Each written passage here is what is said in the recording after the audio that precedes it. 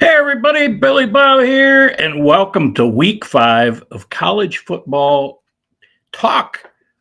College football week 5. It started off with a bang. I don't know about Thursday night, but I know last night. Hey, let me bring in my special guest, and I don't know if he's a special guest anymore. He's almost like a regular here. So let's bring in Boggsy. Hey Boggsy, what's going on? Good morning. How are you? Nice hat. Well, yeah. I mean, you started to grow the beard, and I'm like, I gotta wear my blue Billy Bob Backyard Barbecue hat. And oh, look at that! Look at that! Yeah. So Yeah, I mean, we gotta support right. each other, right? We got Ryan, Angry Ryan. We want Angry Ryan Day. We want Yeah. Angry Ryan on the I, sidelines I want an tonight, right? angry Ryan day in Seattle. Yeah. Yeah, cool. Let's see. Oh, there. Now we're going to go back to the full screen. I like that better. Um, hey, so 3:30 Husky Stadium. First of all, folks, we're going to talk Buckeyes first, and then we're going to talk a few other things. But even before we do that, Bugsy, tell us what you got going. You got going on because you got a live call-in show coming up here in just a bit, right? Chris is doing a live call-in show right now, Is he and doing it? I thought you guys were going to do it like 2 hours before the game, like one. 10, So 10 a.m. every Saturday. 10 a.m. Oh, well, Yeah, see, and that's okay. It's all good. And so yeah, so Chris has got the call-in show going on right now. Then we're going to do a live game watch at 3:30. And today's a big day because we're running a major test. We're going to try to multi-stream. okay. I know that Well, that sounds like a really bad operation. sounds like too much beer. Doc, there's something wrong here, Doc. Oh, yeah. So, what are you So where are you multi streaming? I can't say yet. Okay. It is if it works. Today's a big test. Okay. If Yeah, I know all about that. if it works, then we are going to pull off what is going to be, I think, the biggest change in the OHIO podcast history, um, and which would just make for. I've been hinting at it for a while, but it would make life very, very unique for a lot of Ohio State people in our community, and so yeah, so we're going to try a multi-stream today, which means we're going to be during the game, we're going to be live streaming to not only our current YouTube channel, Facebook, Twitter, etc., but a new platform as well. And if we can pull it off and it works, it will give us a massive advantage to our community when it comes to live streaming football games. That's cool. That's awesome. So, yeah, do you say if it works? Like for me, I mean, today I was like, hold my breath, hold my breath. It's like it says it's supposed to work today, and I still am not 100% sure how I get it to work, but I get it to work. Hold my breath. I can do interviews and stuff and record them, but I kind of like Right. once in a while, I like the interaction with folks, and actually, I know so folks, you're about 10 seconds behind the way I figured this deal. I don't know why it. Well, I just checked Facebook. We're live streaming on Facebook, so that's good. Yep, yep, we are, and that yeah, I saw it go, and but for some reason it still had the helmet going back and forth. But yeah, we're on, and let's see, we got one comment. Oh, Patrick Green. Hey, Pat. Sorry, guys, I'm on the job until 3 today. Well, hey, a painter's got to paint, Patrick. Painter's got to paint. So we'll forgive him for that. It's all about the job, That's right. right? That's So, right. all right, Husky Buckeyes went out a day early, right?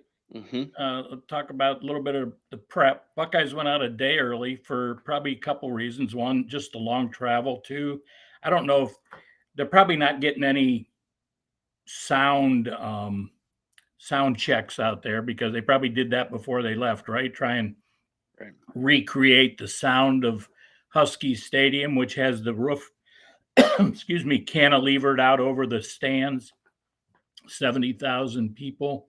I kind of thought, get your input here, but I thought, why wouldn't you go out a day early? Why wouldn't you go out on Thursday anytime you're going for, 2, 3 hours, 4 hours, especially going out west? Because if you go out on Friday, I mean, guy, you're playing the next day. It just seems Hmm. like a natural thing. I would think so. It's a good point, Lenny. I I am of the school of thought that sometimes you get in and get out, the business trip type of thing. We're here to Mhm. do business. We're not here to sightsee or anything like that. And you can kind of elongate a, like let's take Oregon for instance, when last year when they were playing the night game, right? Mhm. And so it was a 3:30 kick. Well, let's imagine it's a 7:30 kick in Eugene, which would be 10:30 here, but it's a Right. night game, right? You have that entire day to sit around and kind of think about things and wait. And players all tell you that they hate that. They hate Right. that. Right. But it's a 12:30 kick there, 3:30 Exactly. here. So I think the extra day, given the extra time, um, the earlier kick makes sense to me. But I'm with you. I would go out on Thursday most of the time, but I wonder if it becomes a difficult thing for students if they have class. I mean, with online classes and stuff now these days, Yeah. it's really Yeah. I think and aren't those days haven't those that ship sailed about, the student I mean, yes, they're going to school, they're getting an education, but the student athlete is a little bit of a uh more of misnomer. a euphemism today than Don't say than that to maybe. Marcus Freeman. Remember his comments a couple years. Our kids still go Oh to yeah. class. Oh yeah, yeah. Yeah. I heard Marcus this morning. I only took a quick ride. I heard Marcus. There was a really good story actually on game day about Jeremiah Love. So it might even be on YouTube if somebody wanted to go see. I think it's well worth the listen or the watch. So and then I missed there was a segment that Reese Davis and Saban did on the game, the Ohio State Washington game, but I did not hear it. So before we move on from stadiums, so I looked this up, and I knew like Autzen, where we played last year, Oregon was one of the loudest. So they rank them, and depending where you go, there's one place that has Ohio Stadium ranked in the top 8, but there's others where it doesn't. Maybe Ohio State could get back in the top 10 if they played enough night games and you get the crowd now you got the LED lights, the laser light show, you got some Hell's Bells music. And, I love tradition, but there's only so much that's going to happen tradition wise when it's just the band. I can't, we can't say enough about how great the Biddle is, but, you know, I'm not a Bengals fan, but when you go into Paycor Stadium and they start playing Welcome to the Jungle and the crowd is juiced. So, I mean, you got to have some of that, right? Yeah, absolutely. And I had my hats off to Ross Bjork for some of these newer traditions. I love the ringing of the victory bell at the Yep. beginning by a former coach, player, Ohio State individual. I love that. And then of course that leads into, like you mentioned, Hell's Bells as the team runs out. I think that is going to become a staple for Ohio State for generations to come, for a tradition, and so that's cool. Um, don't mess with Hang On Sloopy, my opinion, between the Right. third and fourth. I think that Okay. that needs to remain the same, and for the most part, it has. Um, but yeah, I think yeah, we've carried the water for Big Noon Kickoff for Fox now for 3 years, and every big game that should have been a night game when it's at Ohio State seems like it's a noon game because Fox gets the first pick of it, or the run of the mill, and whatever, it is what it is. We just have to deal with it at this point. But yeah, those night games, if we ever get one against a big time opponent, it's going to be frothy, and it's going to look and feel different. And don't take my word for it, just ask Tennessee. Right. Exactly. And maybe we're going to find out. Well, we're playing Minnesota. That's next week. That's a Hmm. 7:30 game. Probably Penn State. I don't know. What do Penn you? State's going to be probably a nooner. A big noon. Yep. So are we gonna? I wonder if we're gonna do a red out or something for that game. But I love those red uniforms. Those all reds monochrome. I do too. I But actually like the new grays too. oh, So those light grays. yeah, because Yeah. it's always been my favorite Ohio State basketball jerseys, the light grays, the Yep. silvers, whatever you call them, that the basketball team wears. And so when the football team kind of copied that, I was like, yes, please sign me up for that. So both places I looked, they have Neyland Stadium #1 is the loudest, and then Husky Stadium actually #2, even ranked ahead of Autzen or Beaver. They got Beaver Stadium ranked ninth, and maybe that I don't know why, but uh, Again, I think Penn State Big Noon, not the same as Penn State in a Saturday night whiteout. right, right. Um, and I had on Andrew on the College Huddle last night from the Nittany Blues podcast, and he even said such. He goes, "Look, there's a lot of people." He goes, "My grandma's had season tickets for 40 years, and she likes to go to the game, sit down and with a friend and watch the game and talk and everything." She goes, but he goes, on a whiteout game, even she's screaming and hollering. So he goes, it's a different atmosphere there, and I think Ohio State fans understand that, and they're the same way. It is Yep. what it is. But if Ohio State needs to get loud, they'll get loud. I've heard that stadium. I think it was the 2018, no, 2017 comeback against Penn State. So it would have been JT Barrett's senior year, and we came in the comeback, come from behind Mhm. win.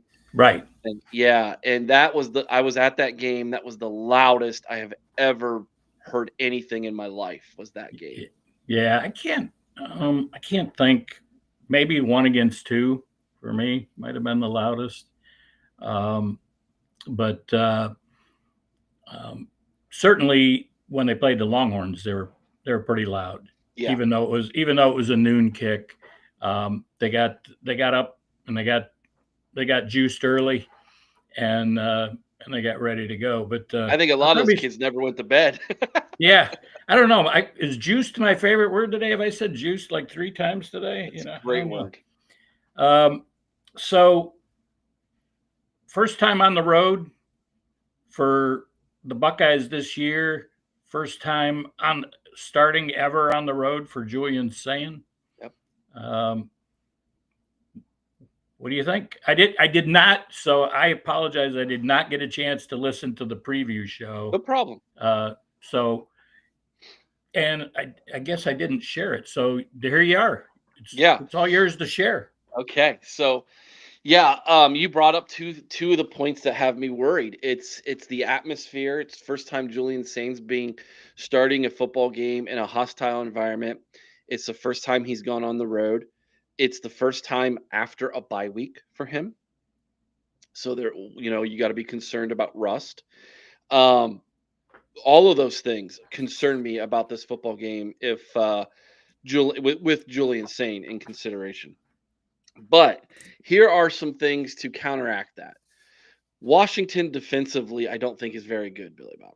They're actually ranked 24th and 8th in the Big Ten. 24th overall and 8th in the Big Ten on defense. Okay. Okay. So I've watched them against three much lesser opponents. Right. One of them was a FCS team. I don't even remember who it was. UC Davis. Yeah. Yeah. Okay.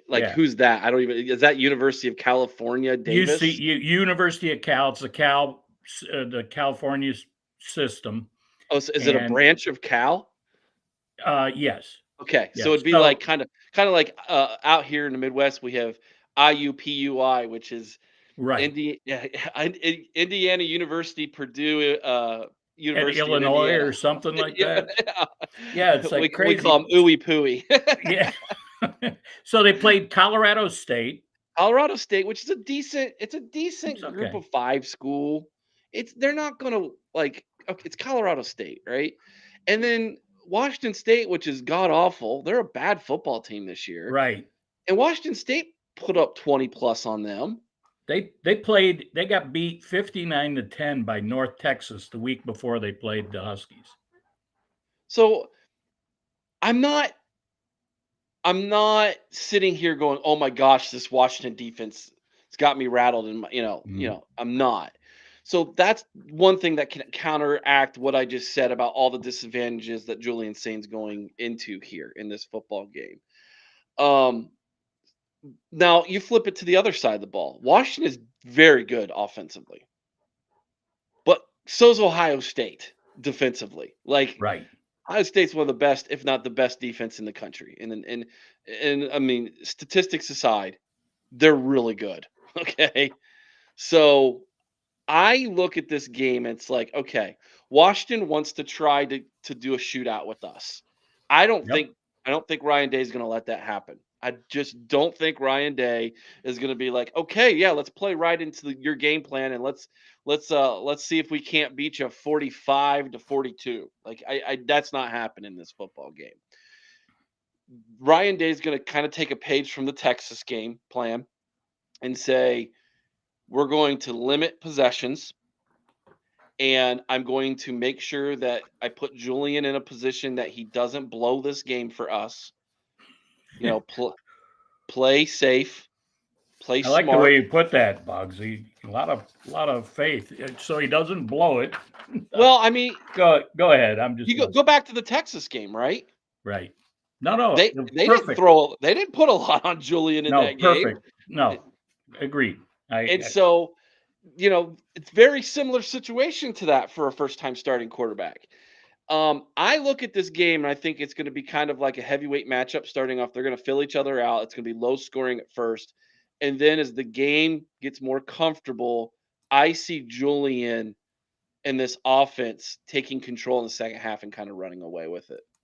And I think defensively, they're going to try their very best to put the offense in really good positions with short fields to try to put points on the board. And what's interesting to me, and I would love to go back and play that Texas game with Bo Jackson as my running back. Well, that could be different. Bo Jackson, I know you guys have talked a lot about what is it, the it factor with Bo Jackson. Is he just got that one step, is he one step quicker or half a second quicker or whatever? And and being able to see the hole. So I don't know if you remember this. There was a play in the OU game that it was a very small hole, but there was a hole and it closed quick and it was right up the gut. Yeah. And he squirted through that hole. Neither Donaldson or Peoples, in my opinion, would have got through that hole. No. But he was through it, and it wasn't a big hole. No, and that was the big run he had in that Mhm. game. It was like 65 yards or something like that, Yep. and it was all based off the fact that he anticipated where the hole was supposed to be and gonna be, and he hit it so fast that the defense didn't even react to it. It's not that Bo Jackson is faster than James Peoples. I've seen him in person. James Peoples is Right. actually, I think, straight line speed might be a little bit quicker. It's his vision it enables him in that quick twitch movement that he has with that vision to get to things quicker than someone who's trying to look and see where it's going to be. Right. Um, he's the total package. That's what I've been saying. He's got it all. He might not be the fastest, he might not be the strongest, but the combination of the two make him the best. And so yeah, I would love to see what it would have looked like with him in the Texas game, how different that of looked. Well, we Right. might get that answer today. I look at this as I think that and the coaching staff is going to bring him along slowly. They're not going to put 25 carries on him No. because they're thinking long term, right? We need Right. to make sure he's fresh enough at the end of the season that if we go into a playoff run, he's going to be there for us at the end of the season. So I look for 10 to 12 carries from him, which he maximizes those Well, that when he's seems in the like game. that's kind of the the way they've been. That's what they did last year with Judkins and Yeah, Travion, right? So that's kind of the model, I think, is when you got two or three backs, 10, 12, because Ryan Day consistently talks about the full season. right. We know guys are we need them to stay healthy. And quite frankly, our two bye weeks are earlier in the year. We don't have a late bye week. By the way, I think we're 6-0 coming off of bye weeks. So Under Ryan Day.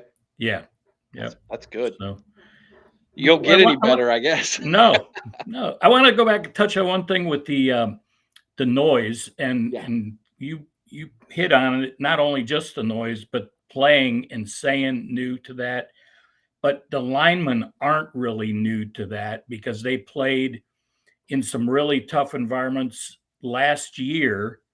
And I remember, I don't, maybe it was a national championship game, but Hinsman was at center, and I think at that time Saraveld was playing guard. But they had a little ditty going on for the silent count, that where the guard would kind of look back and he would tap the center on the butt, and then he knew whether it was a one count or a two count to just snap the ball. That was I I watched that last year and I was pretty intrigued. That I was like, well, you would think the defense would pick up on this, that he's tapping him, but they got their head down too. They're looking at the ball. So so what's interesting about that is every now and then they'll do that and they won't snap the ball to see if they can get you to jump offside. right, right. There's a little gamesmanship going on with that, but yeah. So Carson Hinsman, I didn't know if you caught his interview this week. It was a great I did interview. not. Yeah. He said that they have the line speaks a silent language with each other when the noise is really loud. He goes, we can speak to one another. Basically, it sounds like it's almost like sign language. But he said that we call it poise through the noise, which I thought was a great great way to label that. Oh yeah. Uh, yeah, and so the confidence that this offensive line is going into this game with it speaks volumes, I think, of where they're at, and hopefully they can put it all together and the running game can support Julian in this passing game because I don't know if he's going to play yet or play tonight or not, but the number one corner for Washington got injured against the Cougs last week, and Yep. if he doesn't play tonight, that's the guy they're relying on to go one on one against Jeremiah Smith. Yeah, Uh, there's actually. Oh, go ahead, Boggsy. no, Finish your thought. you had finish your thought, man. Go ahead. So there's yeah, Takario Davis. That's who you're referring to, Yep. and he's questionable with an undisclosed injury. And then they've got their their strong safety. Their starting strong safeties playing, but their backup CJ Christian, he's questionable. And then they got one of their best wide receivers is questionable, and that is where did I put that? It's David not or it's not Boston, Will is it? Williams. Okay, yeah. Boston Yeah, is the main target right. for Demond. There's their slot guy Rashid Williams, redshirt sophomore, is questionable with a collarbone issue.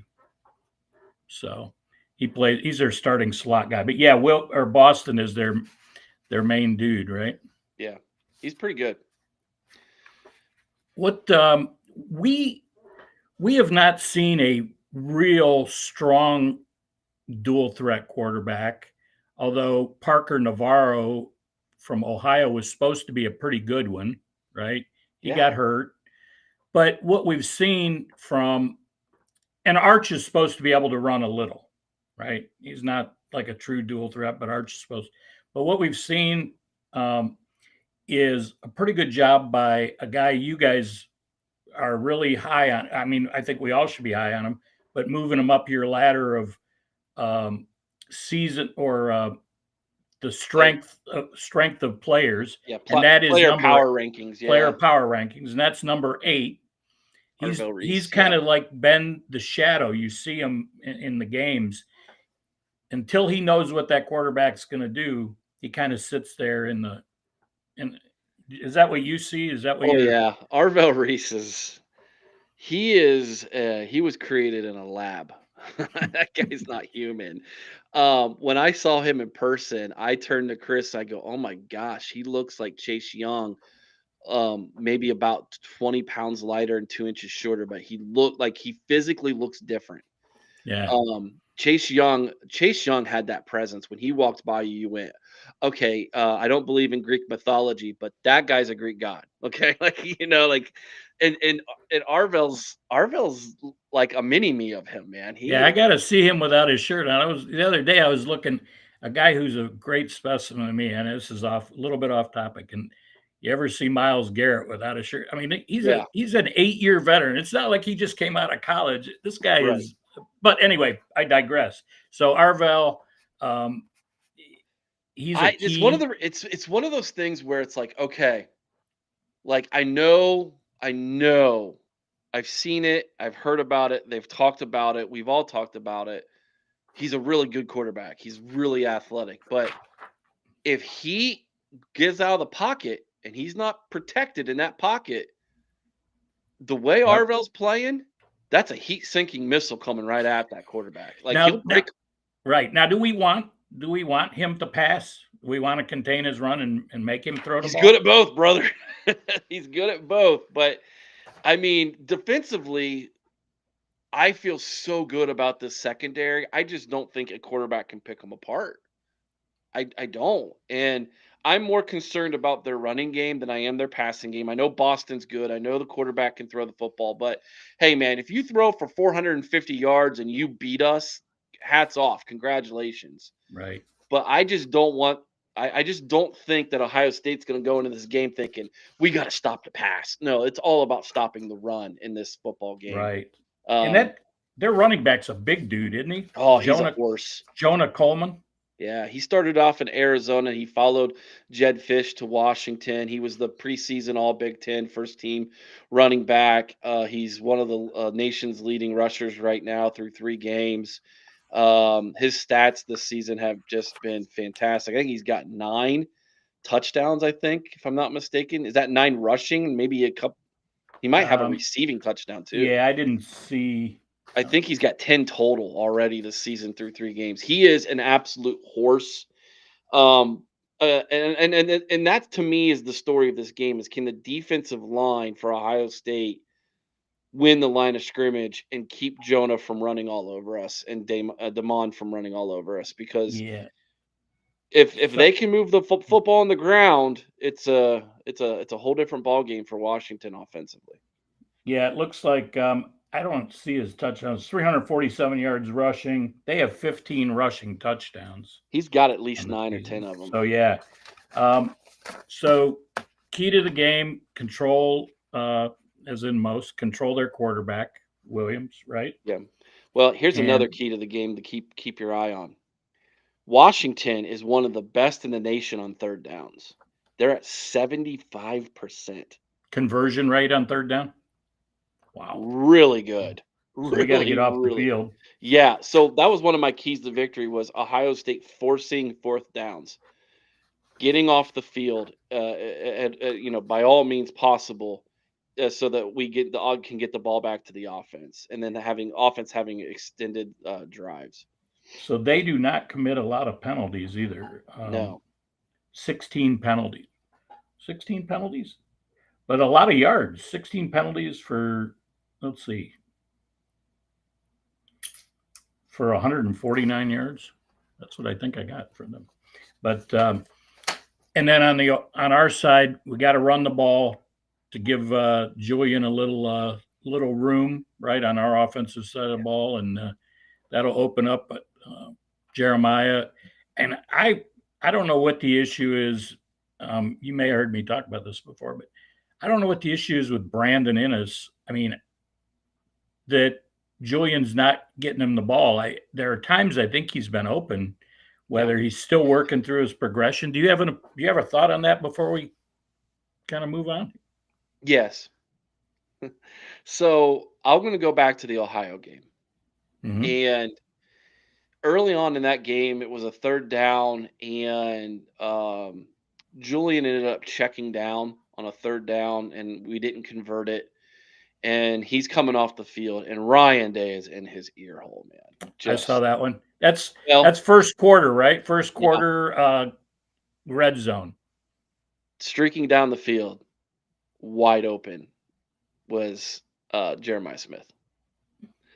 So, and he had time, right? Later in the game, later in the game, same exact play, double covered.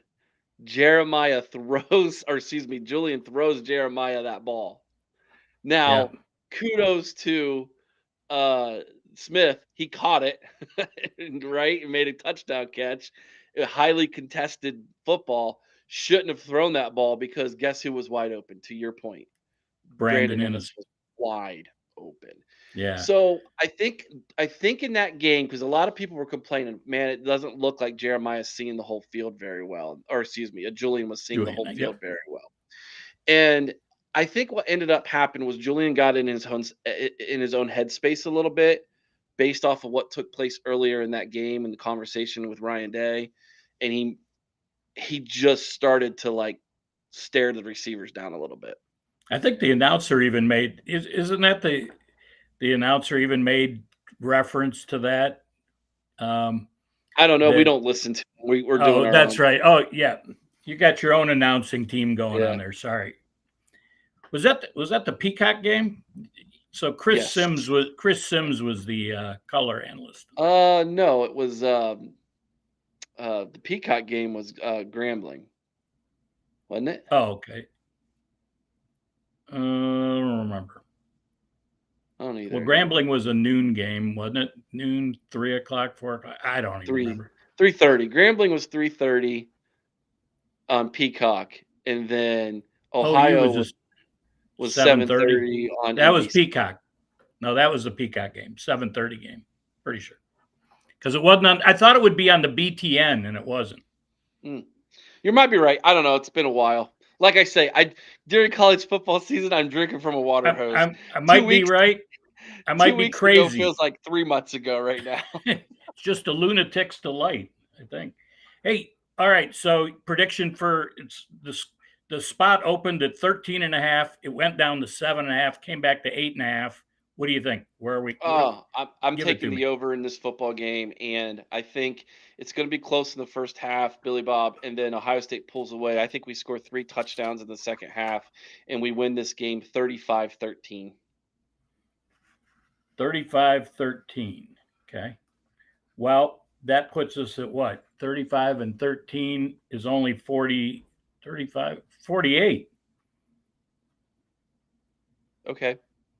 I thought Well, you the meant over against. the over is 52, Boggsy. Oh, I thought you were talking about the 8.5 of the No, spread. no, no. The over is 52. Oh, then I'll take the under. Okay. Just helping you out, helping a Thank you. brother out. I mean, I know Wild Man's already on all these. Did you get a chance? So 35-13. There you go. Got a couple minutes for some other games here. Talk about Sure. real Yeah, quick. let's do it. Let's talk about. I only saw part of last night's Florida State Oh, what Virginia a great game. game. I Game of the first year. I first of all didn't think Virginia had a shot, but what seemed to happen, and it could be only a one game thing, but Florida State's defense seemed to get exposed last night because they were getting gashed. There was it was both ways, man. It was a wild game. There was turnovers, there was big plays, there was everything in that football game. There was Yes, controversy in overtime. Like there was everything in that football game. It was a great game. But here's something to look into. Virginia's now 4-1. You take away one bad quarter against NC State, Virginia's 5-0. The remaining games, they have 7 remaining games. It is the easiest Power 4 schedule in college football. The only hmm. team that they won't be probably a favored against is next week on the road at Louisville.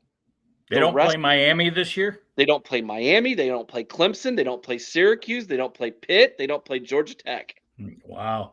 The and for you folks out there, maybe you know, maybe you don't. The um, the head coach at Virginia, Tony he Elliott. may be he may be sorely missed somewhere else. Yeah, he was the offensive OC Cord. play caller at Clemson when they won their national championships. Yep, yep, and good friends with a guy that I used to work with. But yeah, he since he's left or since he left, I don't think they've been quite the same. Same with Venables, but Yeah. Dabo's a different story. So great game. Good input there on the that they could have been 5-0. So Tommy Castellanos had a big game. That guy's amazing. He's a little dude. What are the couple games that you're looking at today that you're watching and have great interest in? Sure, there's 2 in the Big 10, 2 in the SEC that I think are going to be incredibly interesting. Which one do you want? Which conference you want to start with? Uh, it's your choice. Pick All them. right, let's go SEC first. LSU and Brian Kelly and what I call Fool's Gold travels to Ole Miss in the SIP to take on Lane Kiffin.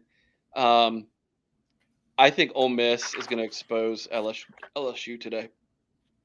That would be good because I I can't think stand Brian Kelly. I, Got nothing I to. can't. I Yeah, hate that guy. I just think I don't think he treats people nicely. That's why I don't like him. I That mean, the how he berated that journalist last week was embarrassing on hit for him and his family. It was right. embarrassing. The guy asked a legitimate question and then he berates him, and so he tells him to ask another question, and he asks him another second legitimate question, and then the guy, Brian, like, dude, relax, Brian. Like, if you, he obviously is under the pressure. He is feeling the pressure in Baton Rouge. But he was So that nasty before he felt the pressure of Baton Rouge. He was that yeah, nasty at Cincinnati. Notre He was Dame, yeah. yeah.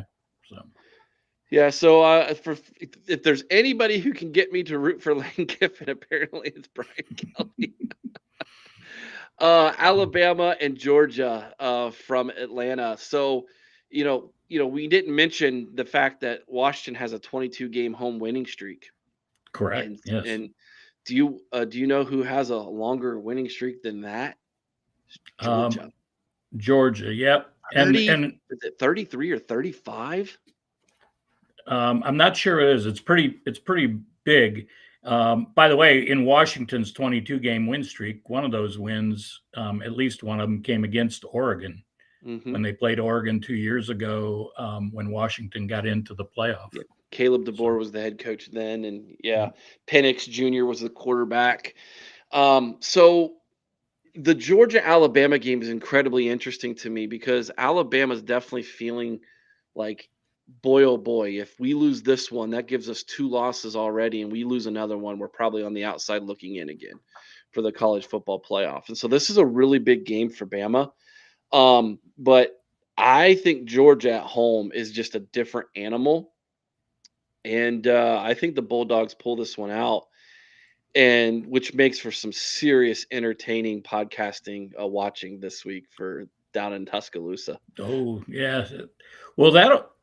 I think if it's a really close game, I think the people in Tuscaloosa can maybe deal with that. What they can't deal with is Caleb DeBoer is like 2-4 or 2-5 against unranked teams. It's so I don't know.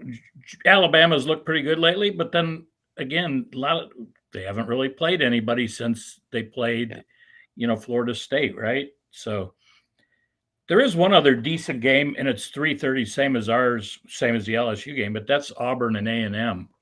So, but Auburn has to go to A&M. I don't know how they can do there, but Big Yeah. Ten games. Go ahead. No, yeah. As far as A&M and Auburn, real quick, I think that A&M, that win in South Bend was big at the time. It felt big at the time. If A&M is, it would be the most A&M thing ever to go out and lose a home game to Auburn right now. Like, it would just be like, well, that's A&M. You Right. get expectations, and then you get your legs cut out from under you. So if A&M is going to make a legitimate push in the SEC to get to a college football playoff, they need to win this football. Like, this is the game they have to win. Um, so and I think A&M's got a. I like their head coach. I think he's a really good head coach. So I think he'll have them ready. Larry I'm not. Elko. Yeah, Elko. I'm not impressed with Freeze and Auburn. They got their quarterback's Jackson Dart, right? Or Jackson Arnold from I uh, from Oklahoma, I think so. Yeah, Yeah, because okay. that was the big deal Yeah, last yeah, week they were playing Oklahoma. yeah. So, all right, your big ones in the Big Ten. Yeah, What this is you're watching? so I know one of them. Illinois, after getting absolutely lambasted in Bloomington last week, Hmm. comes back home and hosts an undefeated USC team in what is a top 25 game. The question is USC fool's gold? Are they just, they've just shined up a turd essentially? Right. Or was last week a fluke in Illinois, or was last week not a fluke and Illinois is nowhere near as good as I thought they were? This is an incredibly interesting game. Um, if USC walks into Champaign and beats them by 3 scores or something like that, Illinois absolutely has to be, I think, one of the most disappointing stories of the college football season because they were a borderline top 10 preseason team. They were the Indiana of this season. Everybody was talking about that. Chris and I talked them up like they were going to be like, hey, man, our trip to Champaign, Illinois might be the toughest game we play all year. And Yep. Luke boy, oh Altmaier. boy. And then they just absolutely pooped all over themselves last week in Bloomington. Now, is that because they really stink, or is it because Indiana might be that good and we just didn't know it? Only time will tell, but that's a very interesting game. I just don't know how Illinois can bounce back after getting absolutely demasculated like that in front of a Well, national audience. they're not favored. They're the No, underdog at home. six They're and a six half, and isn't it? yeah, 6.5 point dog. Yep. And then I'm presuming the other game, although there's one I think is interesting, but there's one other game that Can I'm I guess sure. the other one you think that's interesting? Guess. Indiana at Iowa. Exactly. I thought so.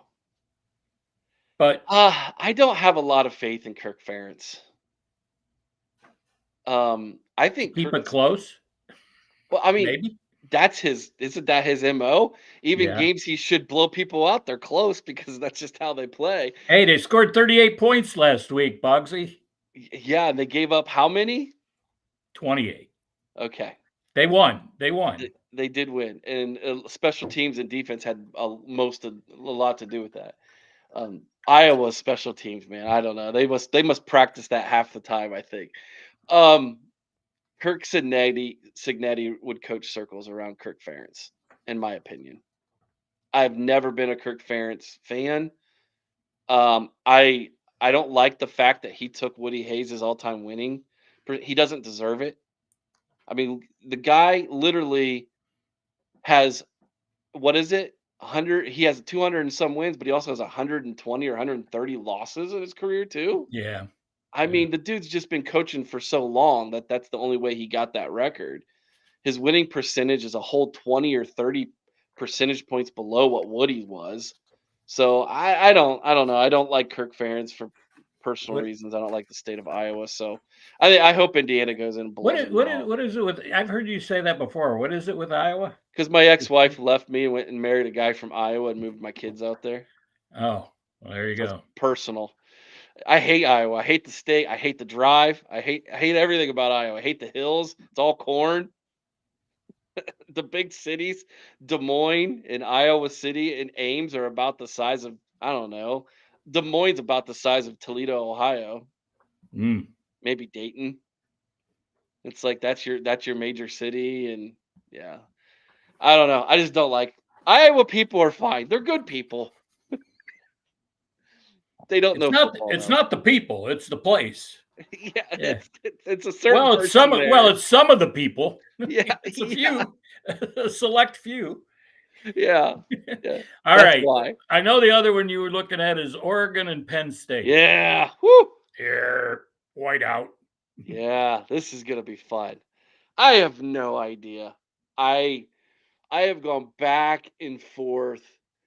Um, at the end of the day, yesterday, when I had to make my pick for the game, I went ahead and went with Oregon, and I'll tell you why.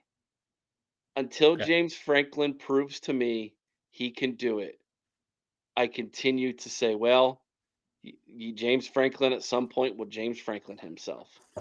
Um, he has every advantage in this football game. Oregon traveled all the way across the country. It's a whiteout and a night game. He has the most returning talent in college football. Um, he has a $2 million+ defensive coordinator in Jim Knowles, who had a great game plan against Oregon in the college football playoff. Right? Mhm. He has every reason he should win this football game, which is why I guess Oregon will probably win because it's Well, James I Franklin. I think so. Oregon, they're probably going to stuff the run and make Aller throw the ball, right? Because Aller, they still do not. One of the albatrosses for Penn State over the last half dozen years, or at least 4 or 5 years, is they cannot get 4 and 5 star wide receivers. Mm-mm. So you got guy and Oregon's got speedy guys, in the back defensive backfield, and you don't have Tyler Warren to throw the ball to anymore or move him all around. So you got Singleton and Allen, and if they can bust out, that'll open it up. But I think I heard this week Aller's average um, throw, not completion, but his average throw is somewhere in the 5 yard range. So his average attempt is somewhere around 5 yards. It's a lot of checkdowns, isn't it? Yeah. Um, James Franklin is under seven. He's like 16.5 or 16.7% win percentage against top 10 teams in Yeah. in the, in the 12+ years he's been at Penn State. Yeah. He doesn't beat anybody, No, quite honestly. the teams with equal or better talent always beat him. The one game he could hang his hat on was he beat Urban in overtime, one time at home in a whiteout. Was that That's in the 05? Is that I think No, it I was 15, oh, yeah. 16. Was it 16? That's right. Yeah, because Urban No, no, wouldn't no, even no, no, ask. no. It was 20, Let's see. No, because we beat Penn State in 2014 when we went on to win the Maybe national it was championship. 16. Is that what I you think said at first? I think maybe it's six. 16. Yeah. And the Um, one I heard they were talking about that was when Tamba Hali was that was I think '05, but that was pre Urban. yeah, that was So Tress. Tress, yeah. But they don't beat them often. So yeah, I think I got to go Oregon too. Boggsy, just the noise might bother them, but it might not because they play at Autzen, which is one of the loudest places. Obviously, they're not as loud when they're on offense, Right. but it's still a loud and hostile environment.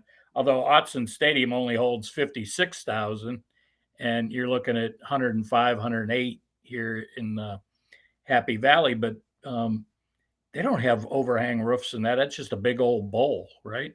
Just a single. Yeah, it's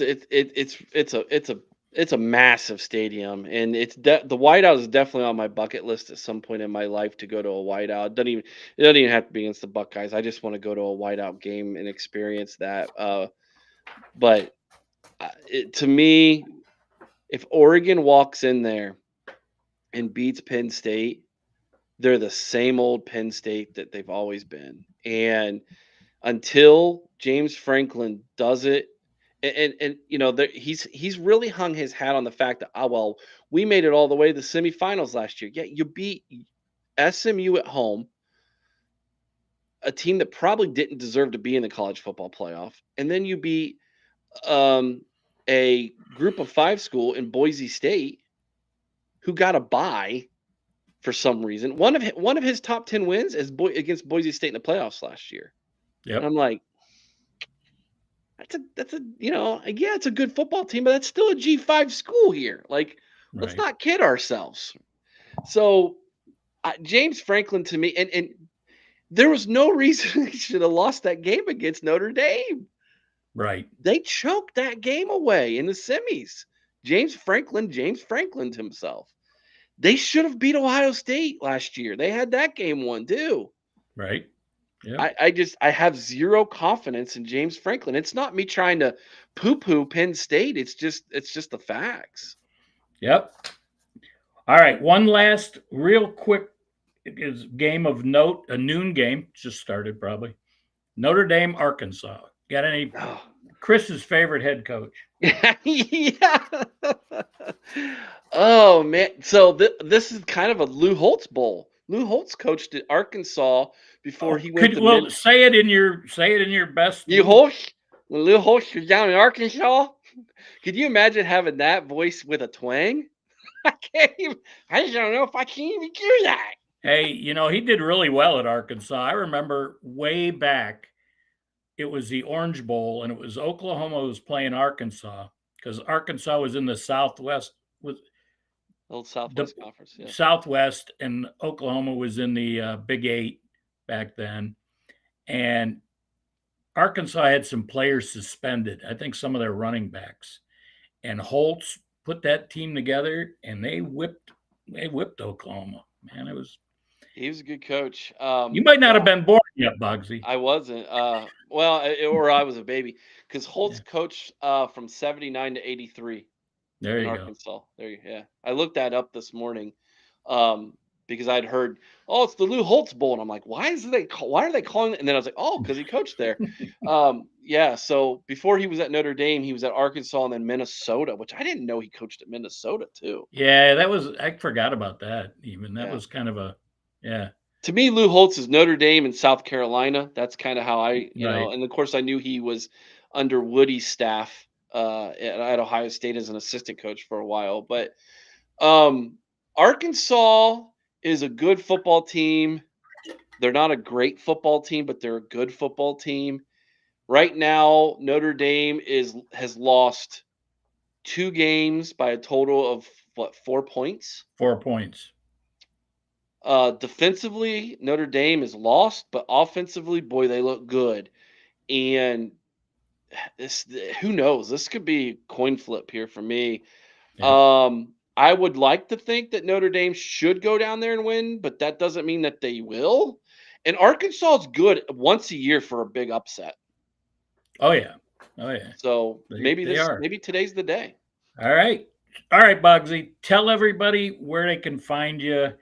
Tell them what you got going on today, and Yeah, let's rock so and roll.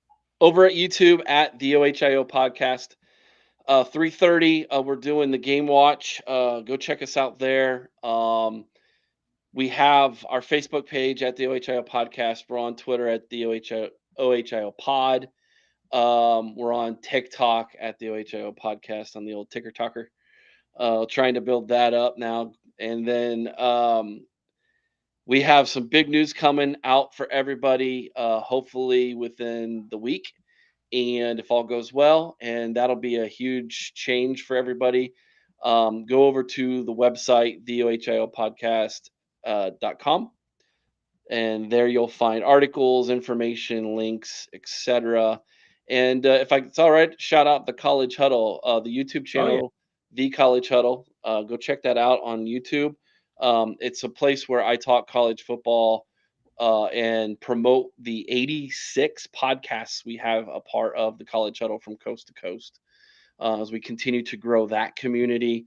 So even though you're a Ohio State fan, but you love college football, head over there.